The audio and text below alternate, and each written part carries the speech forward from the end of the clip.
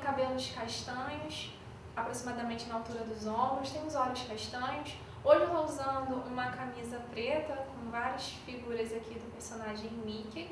E hoje a aula é sobre as atividades 1 e 2 do segundo ciclo do caderno de atividades de vocês. O tema dessa aula é transformações químicas e físicas. Qual a diferença entre transformações químicas e físicas? A transformação física, a gente vê que esse tipo de transformação, esse tipo de fenômeno, ele não altera a composição da matéria. Então, aconteça o que acontecer, a matéria ela vai ser a mesma. A transformação química é quando ocorre a alteração da natureza da matéria. E essas modificações, além de serem modificações químicas, elas também vão ser transformações físicas. Eu trouxe aqui para vocês alguns fenômenos físicos, lembrando que não vai alterar a natureza da matéria. No primeiro exemplo, a gente tem ali a água fervendo. Então, a água ela é líquida, conforme aquece, ela vai passando para o estado gasoso. A água só muda o estado físico. A princípio, ela é líquida e depois passa a ser vapor, a ser do estado gasoso. Mas, em nenhum momento, ela deixou de ser água. Ou seja, não alterou a natureza dessa matéria. Um outro exemplo ali é o papel amassado. Se eu pego uma folha intacta, é o quê? Qual é o material? Papel. Se eu amasso essa folha, ela só fica amassada. A composição dela é a mesma, continua sendo papel, só alterou o estado físico dessa matéria. Ali um outro exemplo é um objeto de vidro quebrado. Eu tenho uma taça de vidro, ao ser quebrada, mudou a composição? Deixou de ser vidro? De jeito nenhum, continua a mesma composição.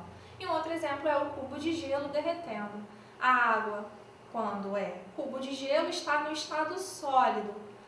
Tiramos esse gelo do refrigerador, foi para a temperatura ambiente, começa a aquecer, começa a derreter. Muda apenas o estado físico. De sólido passa a ser líquido. Mas deixou de ser água? Também de jeito nenhum. Não mudou o estado químico da matéria. Mudou apenas o estado físico.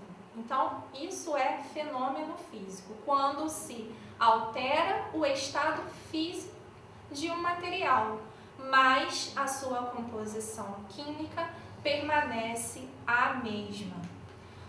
Agora que a gente vai ver os fenômenos químicos, e aí a gente vai ver que ocorrem quando se formam novas substâncias. Trouxe alguns exemplos para vocês, que são os fogos de artifício. Então, antes de haver a explosão, e formar aqueles, como é bonito, no fim de ano, todo mundo vai, às vezes, para perto da praia para observar esses fogos de artifício, essa coloração linda que se forma no céu. Mas ali primeiro tem uma reação química, antes de se formar todas aquelas luzes que a gente vê iluminando o céu, tem ali uma reação química, e uma reação química forte que chega a fazer, explodir, explode. E aí a gente escuta até um barulho bem alto, quando a gente está lá, quando a gente vê lá soltando fogos. Mas antes de formar aquela explosão, existe ali um componente químico sólido. E a partir ali da reação, quando se explode aquilo, se estoura esses fogos, muda toda a coloração desse pó e é o que a gente consegue observar no céu, aquelas luzes coloridas, porque houve uma mudança. Era um pó no estado sólido, a partir do momento que sofre essa explosão, muda completamente a cor, muda toda a propriedade química dessa substância. Um outro exemplo ali é uma fruta apodrecida. Está sofrendo ação microbiológica, está sofrendo ação de fungos e bactérias. Como a gente pode observar na imagem, está havendo o quê? Mudança na coloração dessa fruta. Por quê? Porque a matéria está sofrendo alteração química.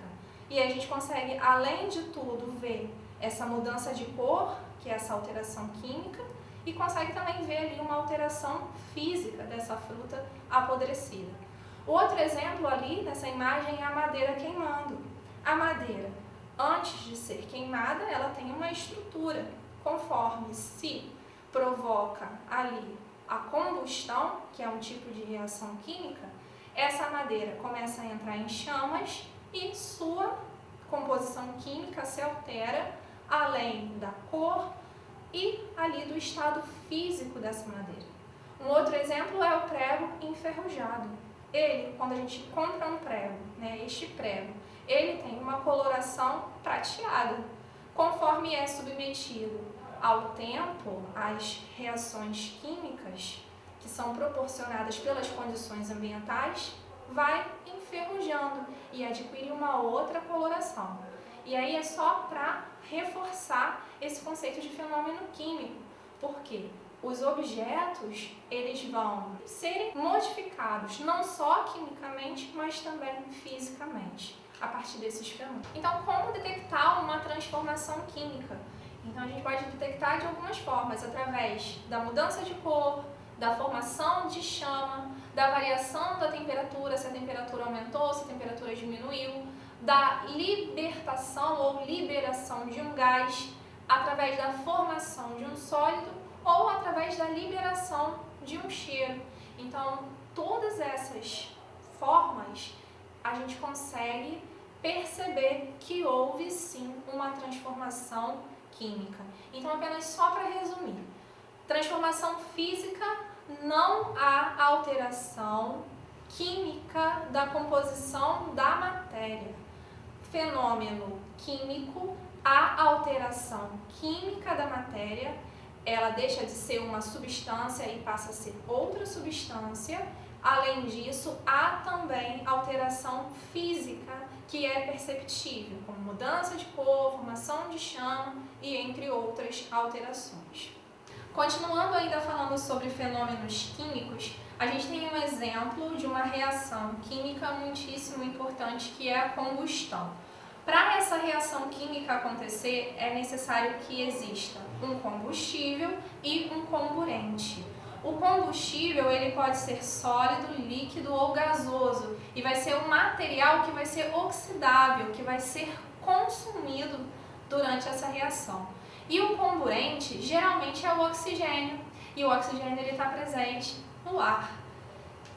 A reação de combustão é um tipo de reação que a gente classifica como reação exotérmica. É um tipo de reação que vai haver liberação de calor. Eu trouxe aqui um exemplo para vocês de combustão, um exemplo simples. Como vocês podem observar aqui na imagem, a gente tem a vela. Essa parte aqui da vela, que é feita de parafina, é o combustível. É o material que vai ser consumido, que vai ser oxidável. E a gente tem o oxigênio do ar, ali exemplificando, que é o comburente. Formou a chama. A gente acendeu essa vela, formou essa chama. E ela está sendo consumida justamente porque tem o combustível, tem o comburente, que é o oxigênio do ar. Aqui é apenas um experimento que a gente está vendo aqui a importância desse oxigênio para que essa reação de combustão aconteça. Então, a gente vai lá e tapa essa vela com um copo.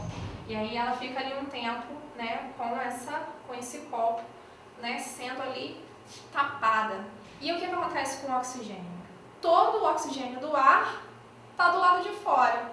E dentro desse copo ficou apenas um pouquinho de oxigênio confinado, aprisionado, que deu para caber ali dentro desse copo. Vai passar um tempo e o que vai acontecer? Não teve vento, não teve nada demais, mas a vela se apagou. Por quê?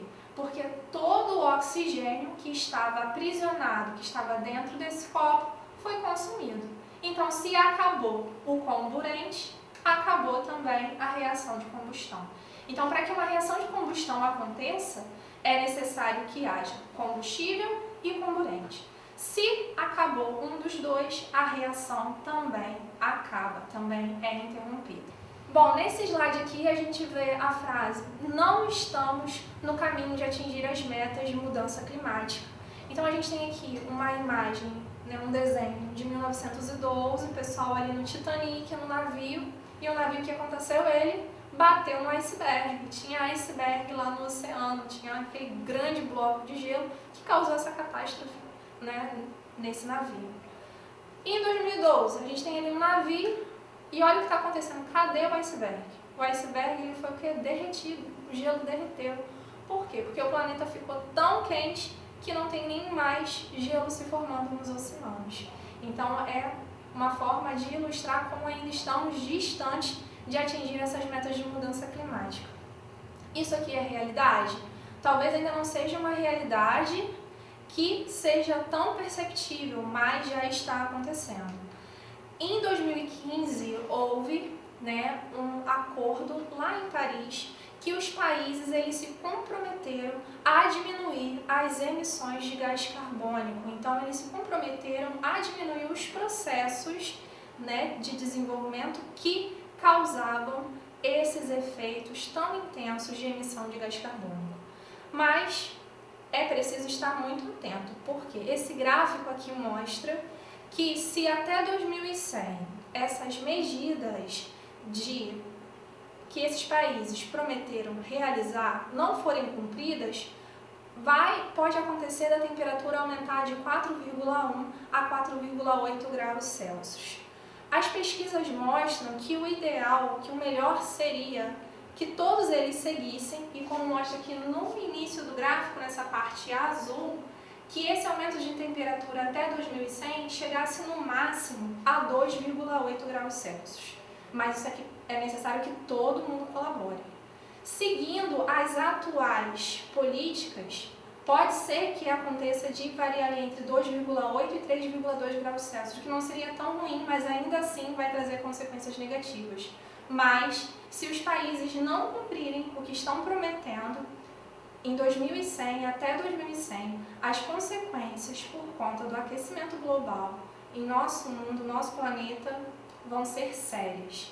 Então, pessoal, é isso que eu queria mostrar para vocês, a diferença entre fenômenos físicos e fenômenos químicos, para que vocês aprendessem um pouquinho sobre esse processo de combustão, que é um tipo de fenômeno químico, e que parassem um pouquinho para refletir também sobre essa questão de emissão de gás carbônico que é tão prejudicial para o nosso planeta. Então, até a próxima aula. Fiquem com Deus.